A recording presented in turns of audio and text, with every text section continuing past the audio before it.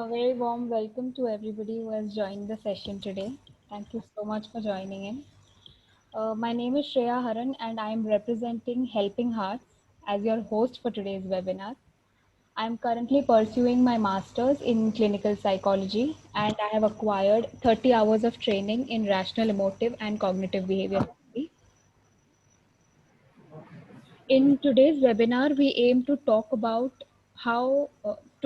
a collaborative approach of the law and the mind, how it can be adopted and implemented, and how helpful it can prove to be. Before beginning with the webinar, I would like to introduce our speakers for today, beginning with Ms. Ambika Motwani. She is the founder of Helping Hearts. She has completed her MA in clinical psychology and has 2 years of working experience in the field. She is a visiting faculty at the KC College Churchgate, teaching MA Psychology since a year now. She is a clinical hypnotherapist, graphologist, and graphotherapist. She is also a certified counselor from Heart to Heart. Welcome, Ambika. Thank you, Shreya, for this warm introduction. And on behalf of Helping Hearts, I welcome you all. Thank you. And as our guest speaker for today, we have with us Ms. Bhairavi Varavdekar. She is practicing as a lawyer and has been in the field since 11 years. Starting from being a commerce graduate, she slowly gravitated towards law. She has worked with a couple of law firms since 2009 and in 2019 started her own practice by setting up her office under the name of Chambers of Bhairavi Varavdekar opposite the Bombay High Court near Fort. In her career spread across 11 years, she has handled a lot of property cases and matrimonial cases. She has also attended several cases at the Supreme Court of India, the High Court of Kuala Lumpur, Malaysia, the Family Court in Udaipur, and the Family Court in Pune. She has had an incredible journey of 11 years, and thus she believes that positivity in your life can take you to newer bounds. Thank you so much for joining us today, Ms. Bhairavi. On behalf of Helping Hearts, I extend a very warm welcome to you. Thank you. I hope people get something out of it and we all become positive and optimistic in life. Thank you. Thank you so much. So I think we'll begin with the webinar today.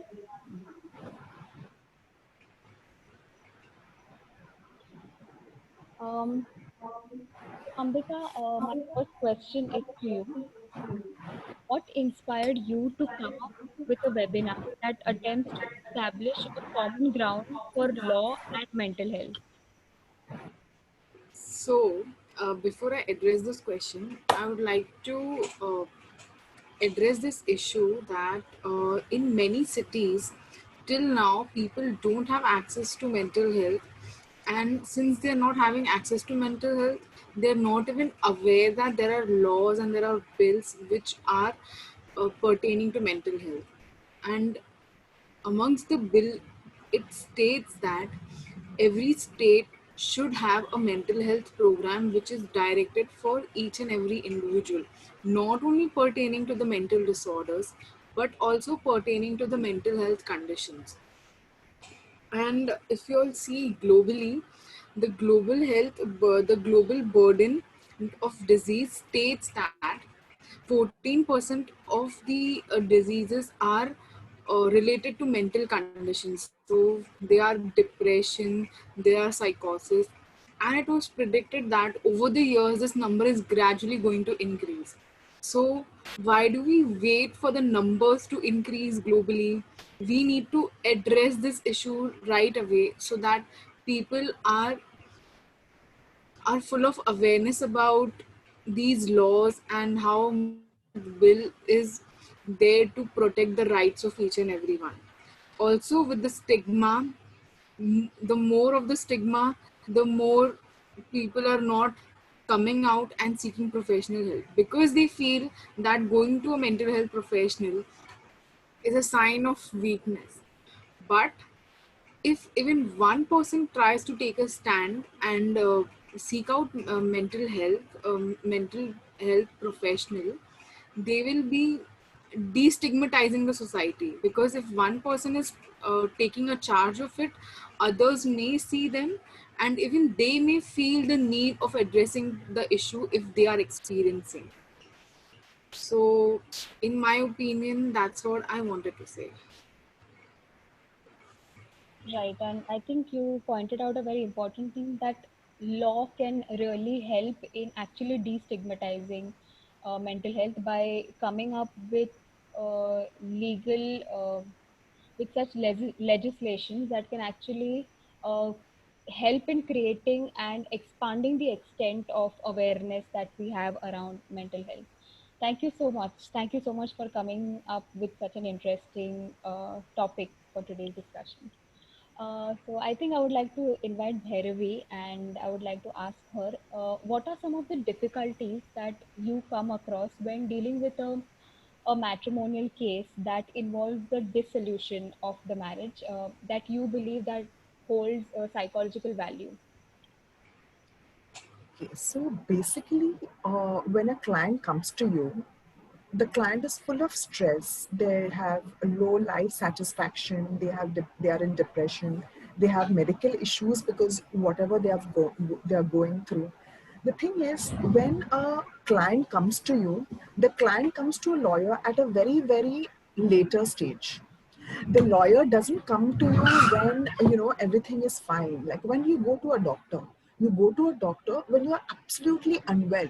You would rather try to uh, help yourself by staying home, by taking your medicines and everything, and then later when things really go haywire, you actually visit a doctor. Similarly, a client comes to you only at a very last stage where you know that you can't stay in the family, or you can't stay in such a relationship.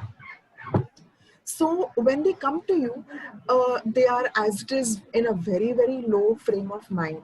So to explain to them, all you need is a lot of patience, and you have to keep hearing them because they keep having their issues. Like they'll keep repeating the same thing again and again. When it comes to a male, he is full of anger. Most of the times, when he comes to a lawyer, he's in a very angry state. When it comes to a lady, the lady will keep crying. This is what happens. So their way of expressing is different.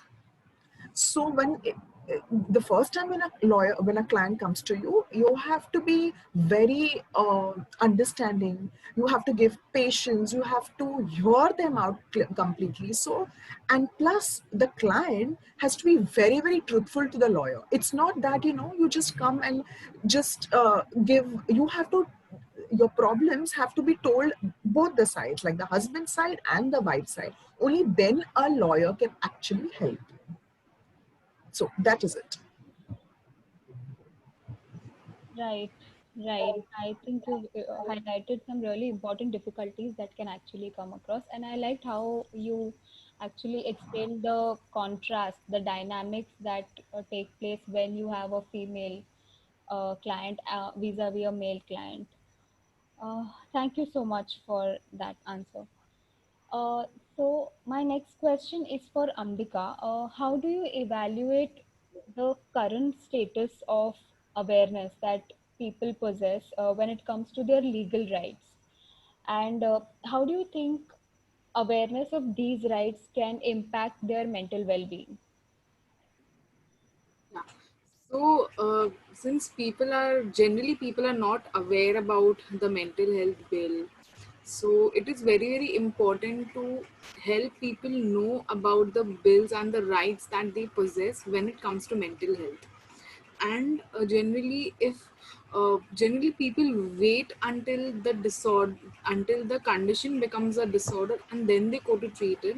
And even at that point of time, they feel, what if I go to a therapist, or what if I go to a psychiatrist, they might just disclose my information, and I won't be able to keep my particular illness in a secret manner. And all these questions, they come up. So generally, mental health bill also has a provision which states confidentiality of the individual. And again, since the stigma is so prevalent, that people still feel that landing to a therapist or a psychologist or a psychotherapist or a psychiatrist should be the last resort. So, if we understand the bills and the rights which are pertaining to mental health, then only we'll be able to cater to the clients properly, and at the same time it will promote their well-being. Since mental health bill states about the disorders, but it even states that if we are even suffering from a mental condition, we can go and seek treatment for it. Why do we wait for disorders? Why, if we compare it to a physical illness, we don't generally wait for a small heart blockage to turn into a heart attack or anything like any such ailments like that. But when it comes to mental health, we keep on neglecting it for a long time. So the main reason why I would like to highlight this mental health bill time and again, because it is a law. If we feel that society has stigmatized, why the government has imposed a law which pertains to mental health? It is only because of arising mental health disorders and mental health conditions. The laws are there, and if people are aware about human rights, domestic violence clauses and laws and bills pertaining to it, why not mental health? So the main reason why, if they are aware of it, many of our problems would be resolved. Right, and I think both Bhairavi and you pointed out a very important thing, that a lot of us think that lawyers or mental health professionals or such professionals should be our last resort. Like how Correct. Bharti said that most of the times when we are going through physical health issues, we try to self heal ourselves and wait until the problem worsens so that we go to a professional. And I believe that these laws, since there is like a mental health care act that has been imposed, I think the main role that it has in the society is that it gives you a legal right to actually seek out for help at the right time, and also at the same time it empowers and strengthens um, your trust and your belief in the entire field of law as well as mental health. So I think it has a very important implication that way. And since we're talking about the Mental Health Care Act, that was the most recent revision was in 2017. So since we have a lawyer, let us know some important features of the Mental Health Care Act, and what are the important features that our audience must be aware of. Yes, Bhairavi. Basically, the government has assured free treatment for the mentally ill person if they are ill or poor. So what you have to do is, if you are ill, or if you are, you can't actually term it as poor, but people don't know that the government helps in giving free treatment for such people. Then when you go to a BMC hospital, or you go to any BMC doctor, their main motive is patient centric approach is they will hear you out, they will give you an opportunity to find out. But the thing is, we need to have a lot of patience. Is that when you go to a doctor is going to ask you about your history. Same thing with a lawyer. They keep asking you about your history. You're supposed to be very honest as to what has happened, what has not happened. Because I have realized in my 11 years of practice that people do not open up. People do not want to share. You will only share the good points. You will not share what has happened to you, like what you are going through, or you wouldn't want to share these things. You would always wanted to keep it within yourself, which is, I think, absolutely wrong. You went out, you meet people, the amount of people or amount of networking that you increase, you get to know so many different things, what people are going through. And if you don't open up, it's just going to remain in you. Even when you go to a doctor, when you have a mental health act that is going on, it's 2017, I have seen that even when you go to a doctor, you do not tell the truth. You have to tell the truth. I keep hopping and I keep telling all my clients, even if you all have done a mistake, tell us. That's how we know how to defend you in court. If something new comes up when I'm arguing and something new comes up in court, it's very difficult for us to, defend because we don't know what has happened in reality. So even if something you have done, open and tell, say this thing has happened. Hence, this is what I've done. Then you have the next thing is when the way the person wishes it has to be cured. And like, what I mean to say is that you have to have a positive approach to anything. You come to an ID with a lot of property cases. When you have property cases, you are very emotionally attached to your properties, or you're very emotionally attached to your family members. I have seen two brothers fighting over a property. I've seen uh, a husband and a wife, like, or a society matter, or any cases, you have your emotions attached to that particular flat. Supposing you have stayed in a flat for say 15, 20 years and you want to sell that flat off, you are emotionally attached to that property, correct?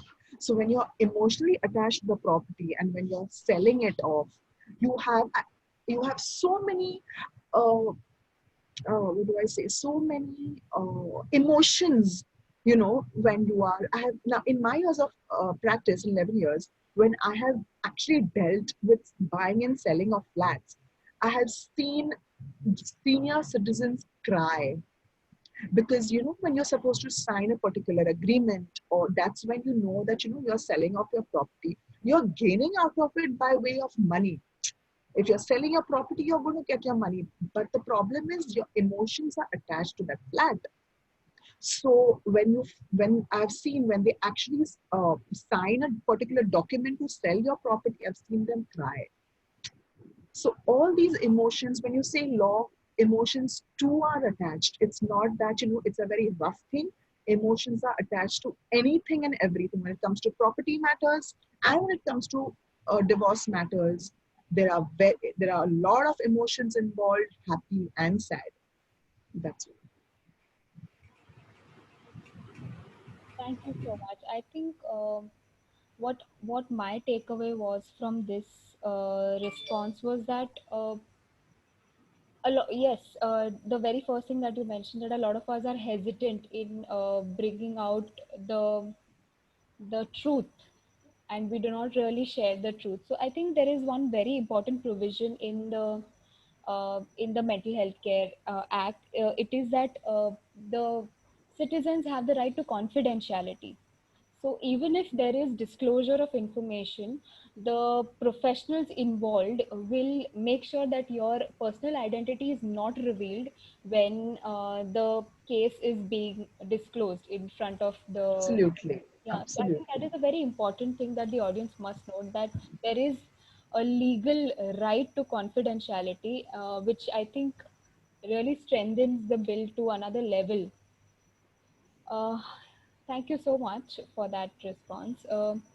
I think Amrit. Also, there is one more important feature of mental health bill, which states that people who are not well versed with the financial conditions, as in they are poor, even though they don't possess a below poverty line card, but even though they are suffering from a mental disorder or a mental condition, the treatment is funded by the government. So again, I feel even this strengthens the mental health bill.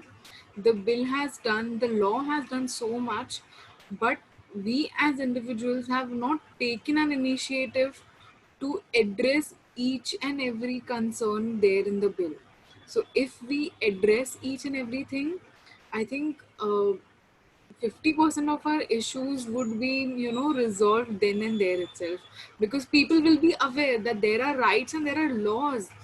Just imagine if people are stigmatizing mental health and the community so much, why has the government put up a law which pertains mental health bill?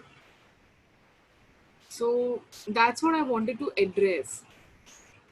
Right, and I think yeah, Bhairavi also mentioned that uh, like if there is somebody who's going through a mental health condition or a mental disorder and cannot afford therapy or cannot afford help treatment, so they are funded by the law, and I think that is a very important feature in the mental health care bill.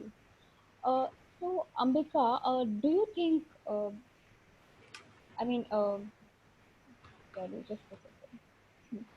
So, how helpful do you think this bill has proved to be in catering to the amount of attention that requires to be directed towards the mental health of the citizens? So, I don't know whether you all remember this or not, but on 16th of August 2018, the Insurance Regulatory and the Development Authority of India, they came up with a provision stating that for all insurance companies should have one of the provisions which funds the treatment of mental health.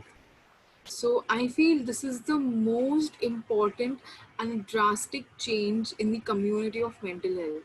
Now we even have medical insurance companies funding the treatment the same way they are funding the physical illness. I think that's the best thing that could ever happen to the citizens. And if citizens are aware and they are really in need of mental health care treatment or a plan which regulates the treatment, they should go up for it. And if there is something related to this, they can always contact the insurance agencies and ask whether they have implemented this particular factor in the companies or not, because it's the law and it's the bill which has been passed. So I would really ask everyone to just ask the insurance companies if they have really started or not, because it has been implemented in 2018 with an immediate effect. And it even stated that, and the government has placed an emphasis on mental health also. When they passed this particular provision, they also stated that we should consider our mental health the same way as we are considering our physical health, because even in 2018 the deaths and the global burden disease was 15 or 16% weightage coming to the mental health. So that's why it is very important that people become aware of these clauses and these bills. And one more feature of this would be decriminalizing of suicide. So earlier, if we see, uh, so committing suicide or the people who attempted suicide were punished if the suicide was not successful. I'm so sorry to use these words, but it is the fact that if they committed suicide and if the suicide was not successful or as planned, they were punished by the law. So imagine the person has committed suicide. What kind of conflicts or issues would have been going within the person that he or she had to take such a big step? So decriminalization of suicide is another factor which has contributed towards the community. And if we compare this with the scenario or with the analogy of, we just say no smoking campaigns, and we are just promoting no smoking. But at the same time, when we compare this with the rehab programs, what do you think would be more effective, a no smoking campaign or the rehab centers which are there?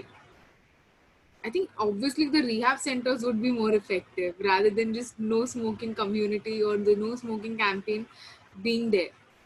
In the same way, decriminalization of suicide is also as important, because the person has been gone through so much, and at the same time, if he is not able to successfully commit suicide, he was punished.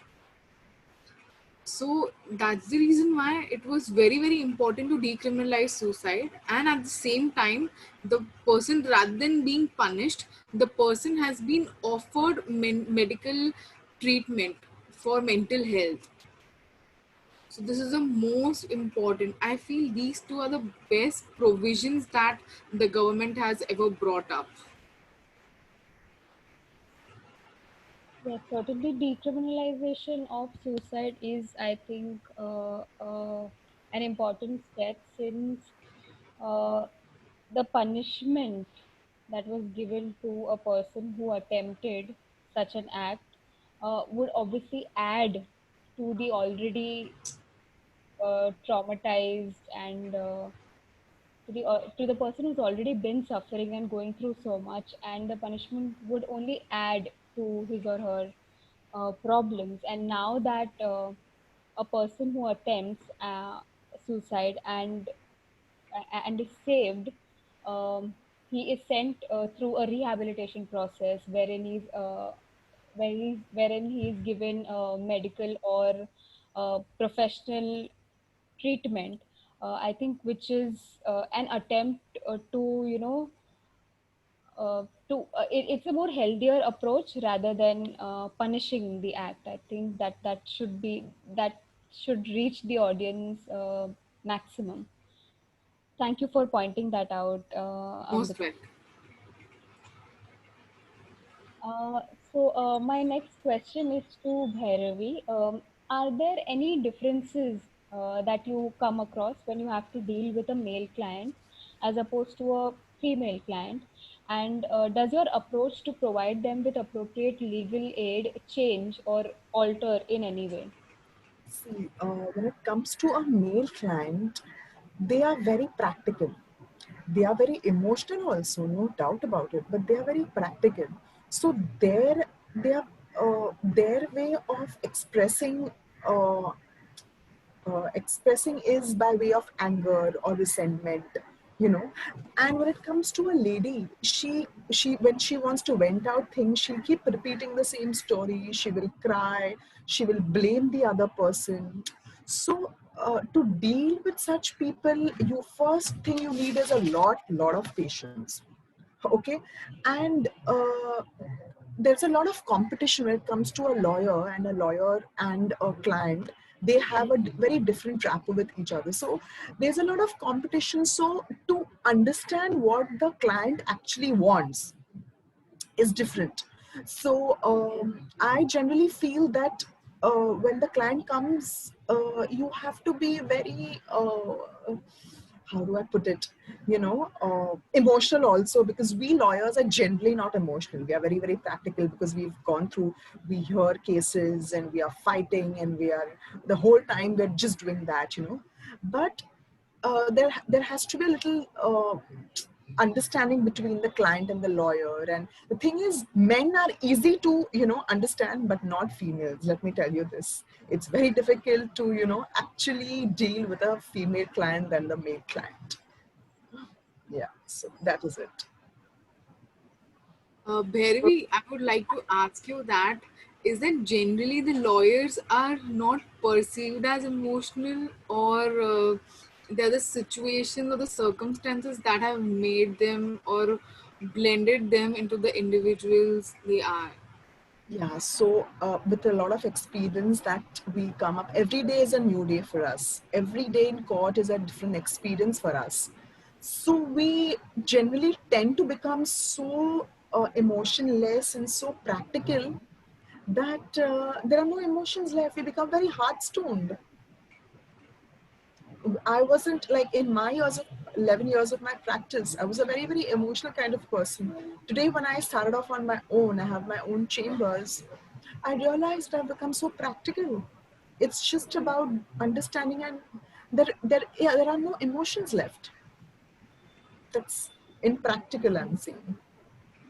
Okay. Yeah, and I think somewhere that also strengthens Makes you you strong. to stay Absolutely, objective Shreya. and practical. Absolutely, Shreya. It really makes you strong.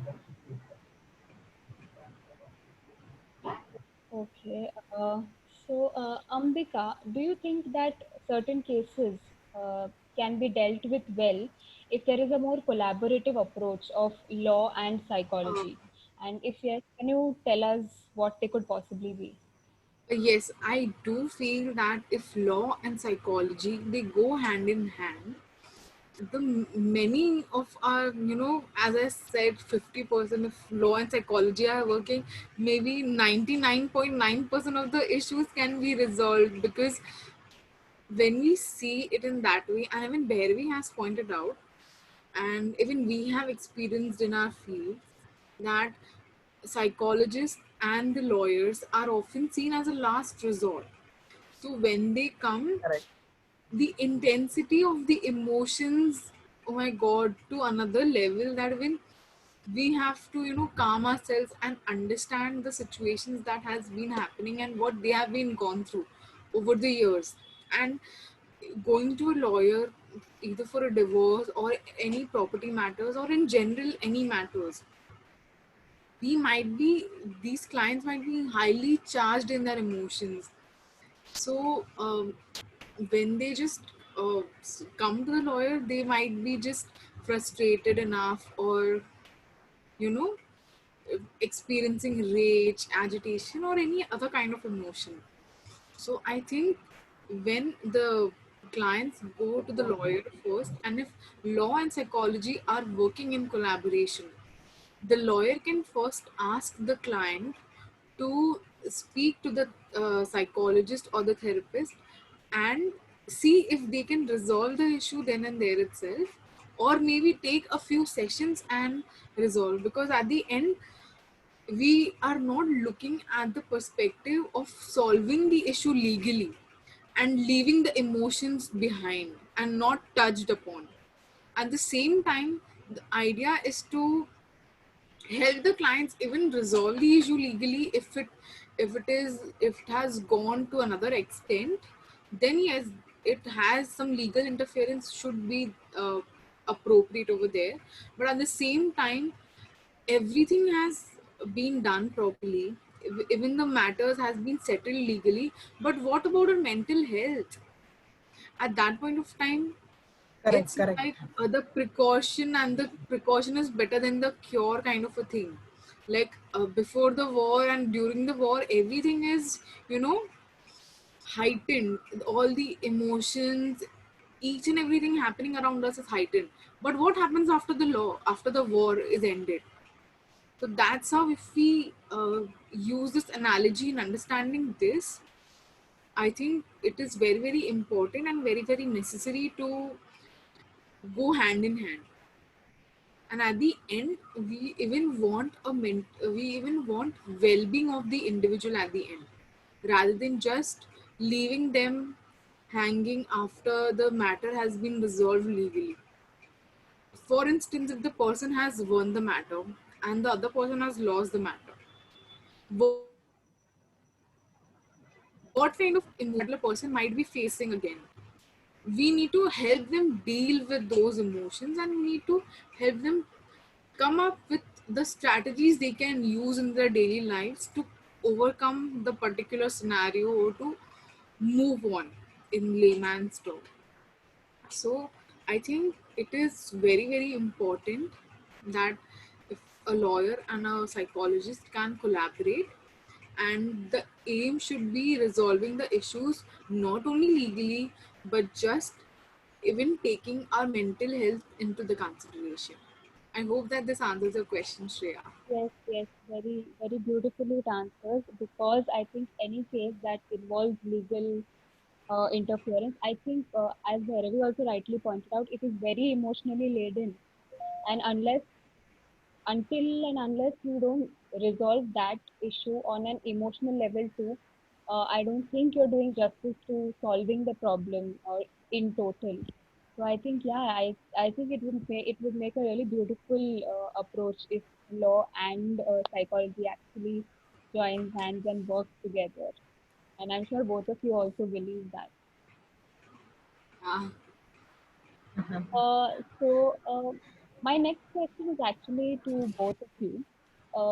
I came across one provision. I'm sure I've not heard enough about it, but it says that proving that your spouse has a mental illness can actually be ground for a divorce. So I would like to know what are your views on the provision, and maybe we can begin with Ambika, and then probably we can also offer her insights on this. Okay. So when we speak about leaving a spouse when it comes to our mental health, first we should ask ourselves this question.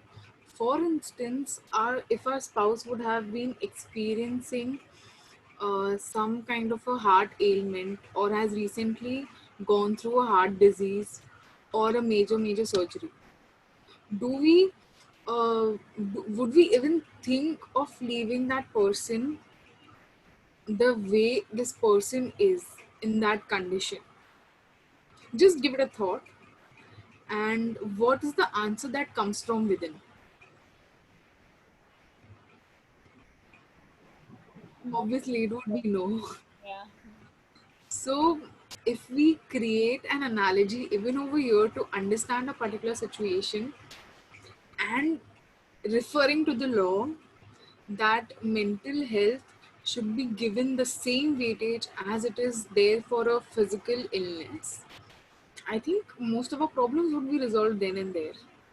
And we would not Correct. think of leaving our spouse only because the spouse has recently going through a mental condition or a mental disorder. But at the same time, if we go through to the history of the particular couple, what if the person was diagnosed with a particular disorder even before he or she got married? But if that particular disorder or the thing was hidden before the marriage, and after the marriage, uh, the spouse comes to know about all of these things, then again I feel that depends upon the person how he or she wants to take ahead of this. Now I guess the lawyer will be able to explain this more Yeah. properly. Yes. So the thing is, in Hindu Marriage Act that we so call, in that we have a couple of points as to grounds for undergoing a divorce. So the first main point is mental health. So if there were cases which I have handled, which says that a lady was not mentally stable, but which was not told to the other side, that is the husband side. It was an arranged marriage. And just after they got married, the husband realized that she's not mentally stable. She is in depression for XYZ reasons, and she is not, the family has not revealed the truth that she was going through so much issues, and she has doctors' prescriptions and all that, which were not revealed to the other side, to the husband before marriage. He quickly, within a month, realizes that there's some issue, and he comes to us as lawyers and he says that this is the thing. Now, in law, when you want to take a divorce for whatever reasons, you have to have a period of 1 year. Just after you, like that first, supposing 1st Jan 2020, you've got married and things are not working out, you will have to wait for a year. No court is going to take your case if you if you come back to court within 6 months and say no, I want a divorce. Because when you file anything in court, the first thing the court needs is your invitation card. That's how the court realizes that they have got married on 1st Jan 2020 and both the parties want a divorce. So the court is not going to entertain your case if you do not have a year after you get married. So you have to wait for a year. So in my case, what happened is the husband comes to me and says, Madam, my wife has done so XYZ things, and I think she's not mentally fit. And so I said, okay, fine. You say that, but what proof do you have? You can't just go to court and say, my wife is mad, I want a divorce. You can't do that. No court is going to entertain you like that. So what he does is he goes to the particular doctor and gets a prescription which is already the wife was taking. He got the list of medicines that the wife was taking, and he came to me and he tells me, these are the medicines, this is the doctor, this is the prescription.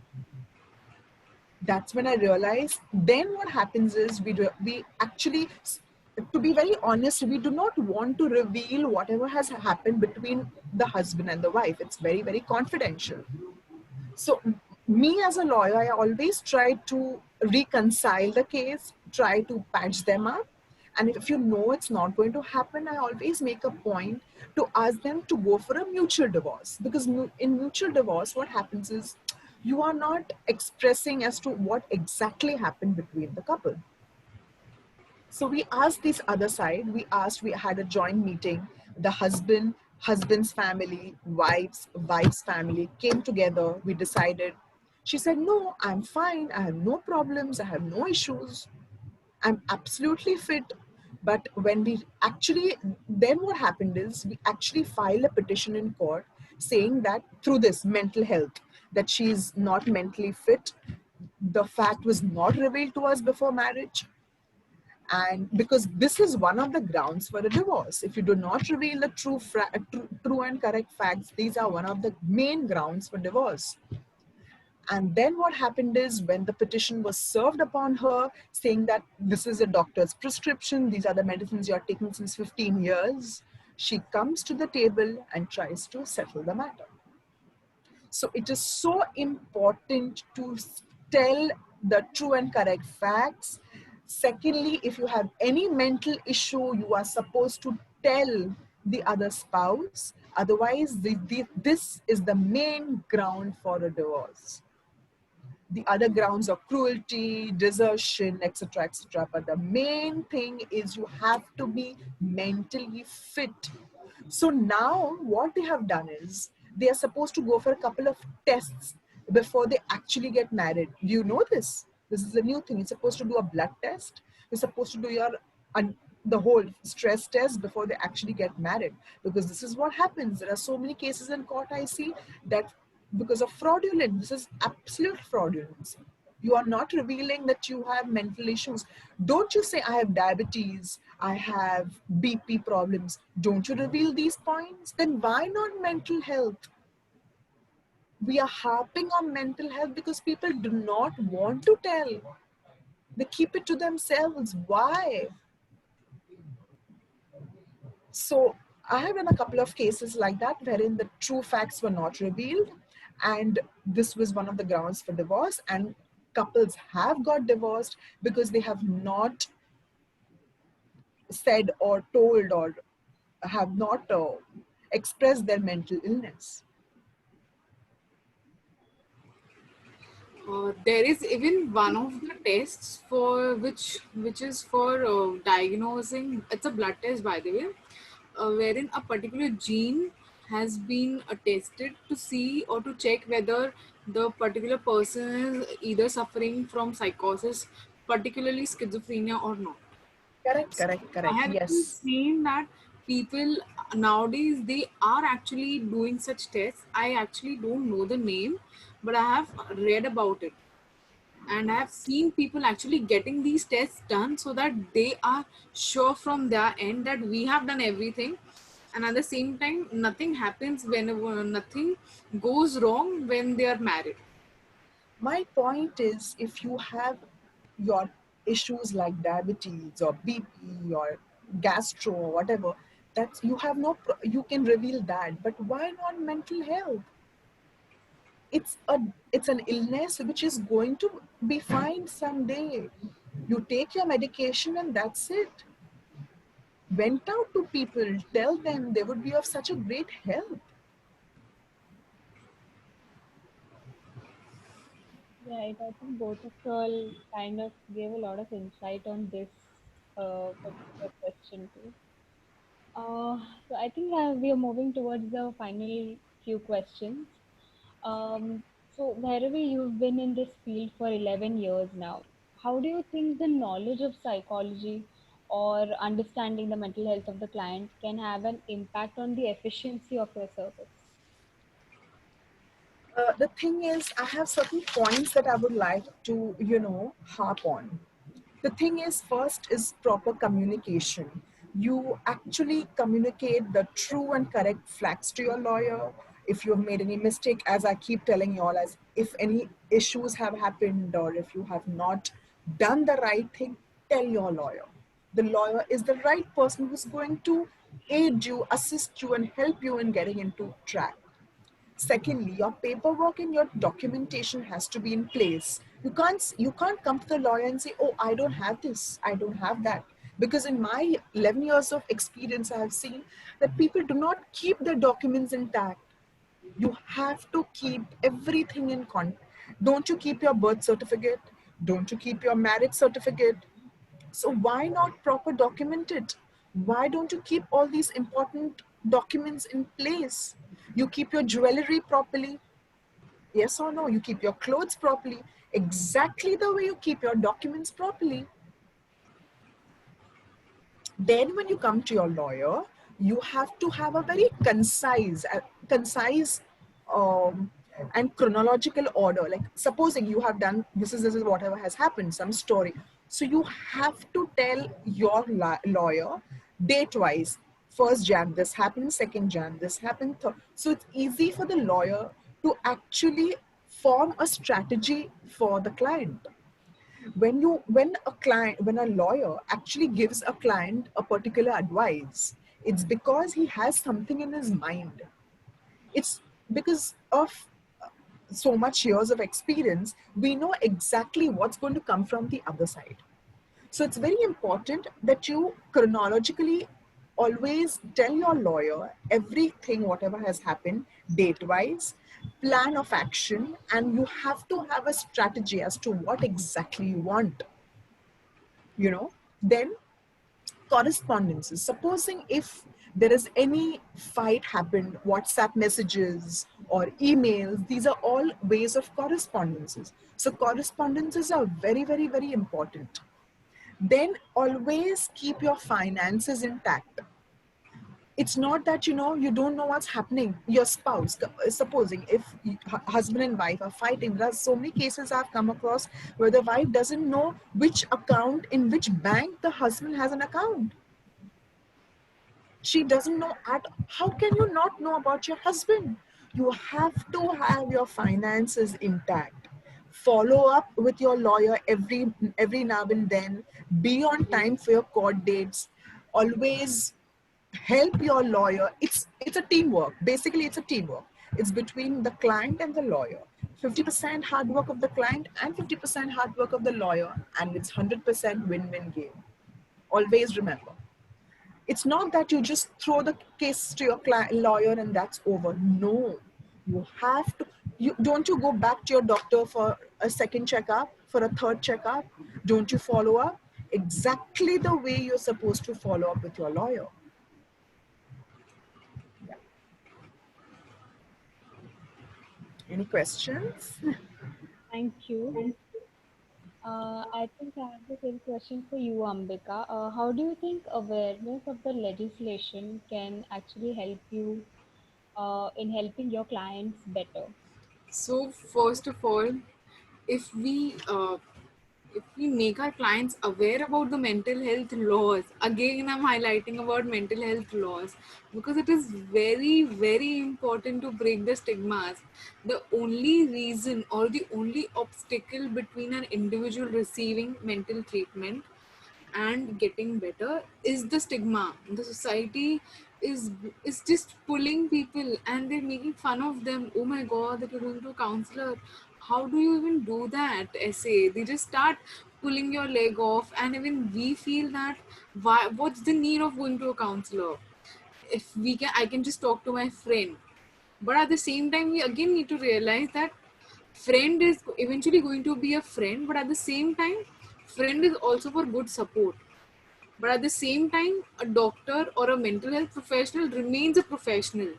We just don't go to a friend if we are facing any kind of a physical ailment, but we always land up to a doctor. The same way, if we do for a mental health treatment or a disorder or a condition, I think people would be much, much, much better as compared to what they are. And at the same time and again, there should be awareness, or there should be talks on mental health bill. And as we spoke in the previous webinar regarding the principles of psychology, gradually even mental health bill should be known to people, so that people are not, you know, they're not getting confused within, they're not just entangled within the society's stigma. So that's what I wanted to bring this up. And if there are laws, and if people who are still feeling, you know, reserved that I'm going to a therapist, but I don't want other people to know that I'm going to a therapist, the laws will be better able to guide them. It's not only for a mental health mental disorder, but also for a condition. And if we read the bill, it is clearly stated all these things. So that's how I would promote, or I would create an awareness between law and psychology. I I think that's a very important and a very beautiful highlight that you gave, that it it should work hand in hand, so that you can actually provide better assistance to the people who are in need of legal as well as psychological help. Thank you so much for all the insights that both of you offered. I think it was really helpful, and I'm sure our audience did benefit from whatever discussion we had up till now. I think we can have the ground open for the audience to actually ask any questions if they have for both of you. So I would request the audience to type out their questions in the chat box, or even if they are okay with unmuting themselves and and ask the question, we are welcome to that as well.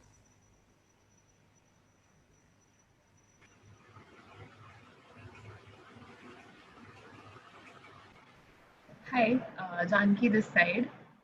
Hello. I don't have a query as such, but I would just like to share something.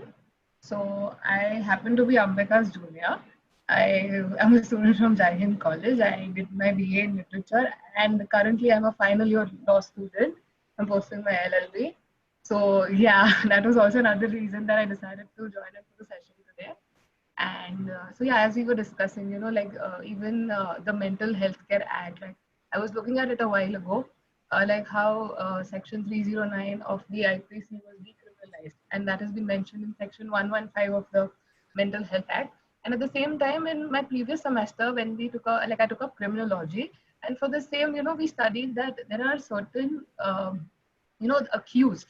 Okay, so even they happen to commit certain crimes, and they do not have access to therapists. Like at the same time, uh, there is a lot of slack from the public, and they just so see, we have this thing in law that innocent until proven guilty, but people just declare a person guilty for no reason. I mean, yes, it will be proved in court, and post that the punishment will be given, but prior to that you just cannot make allegations like that.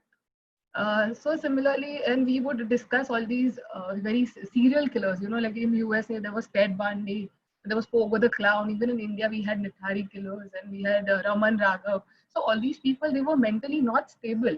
I've also come across certain cases where policemen, they have murdered their wives, but then it turns out that it was like a genetic thing in their family. They were not treated well, which is why the same came to him. He murdered his wife. He was a policeman. He was a person who, with an arm, like he had a gun. So he was not treated well, but yet he was not punished, because obviously he's a policeman. He knows that he's committed murder. He is going to be punished. But at the same time, considering his mental health, they decided to let him go free. So this is like this was like one case. It was a while ago. I don't remember the name of the case, but it was a while ago, maybe 3 4 decades, I guess. But at the same time, so such sessions, should be provided to these people as well. Like they tell you in jails and all that, we provide them with a lot of things. We give them work where they can develop their skills, and also when prisoners are not treated that well.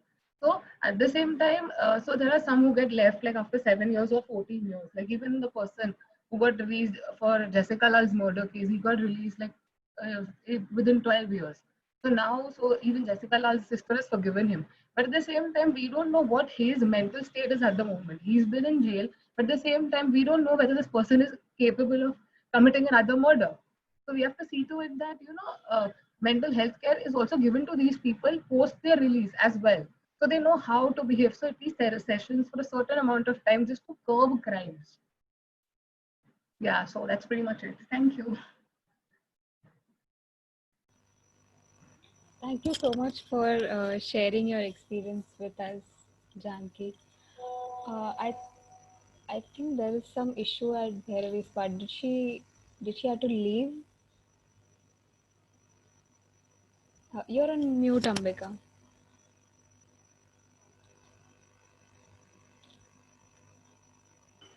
Her internet has stopped working.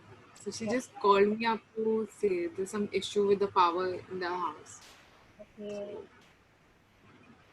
Is she okay with joining through the phone or something? But I would really like to thank Janki for putting up such great points and sharing so much of insights about what's actually happening. And in fact, as she pointed out regarding the criminals, we generally never look what was their mental condition when they actually committed a crime. But we only hype it as, oh my god, this person is a criminal. How do we even go and speak to criminals and all of that? And I feel very, very sad. uh, Frankly speaking, before becoming a psychologist, if you would have asked me like this question 7 8 years ago, I would have responded to the same to this particular scenario in the same way. But at the same time, now when I compare this to what I am right now, I really feel sad for the people who are actually labeling them that they are a criminal or something. We need to really, really look out for what were the situations. At times, there are certain financial conditions which led them to become a criminal. For instance, if we again take an example of the 2611 cases, those terrorists from Pakistan, they were, because of financial issues, they were guided into this direction. So we really need to understand the person's background and have a look at it.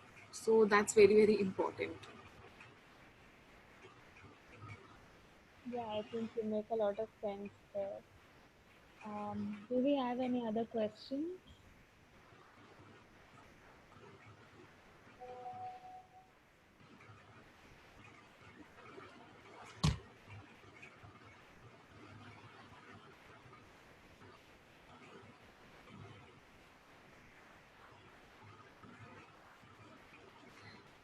I don't think we have any questions. Okay, then I think we would like to end our session for today over here. Do you have your final words for the audience, Ambika? Uh, I really, really thank you all for giving your precious time and joining for today's webinar. And I would take this moment to announce my third webinar, which is on 25th of October from 6 to 7:30 in the evening. And the topic of my webinar is myths and facts of clinical hypnosis. So, since I have, being a hypnotherapist, I have myself seen so many myths which are revolving around the particular work. So, I thought, why not take this opportunity to organize a webinar and to just resolve the doubts which people, to resolve the myths which people are having regarding clinical hypnosis.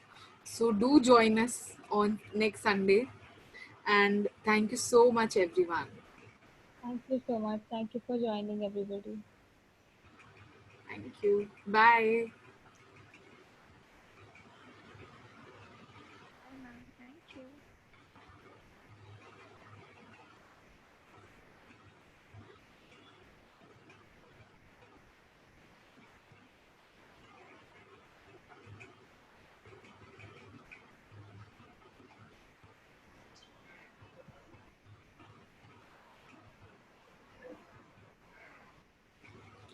Thank you, Janki and Vaishnavi, for your wonderful feedback.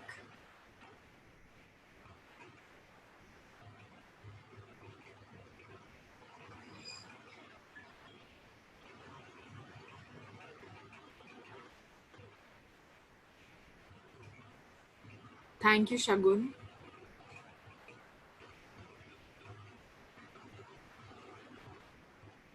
Yes, I'll be sending out the invites very soon for the next webinar.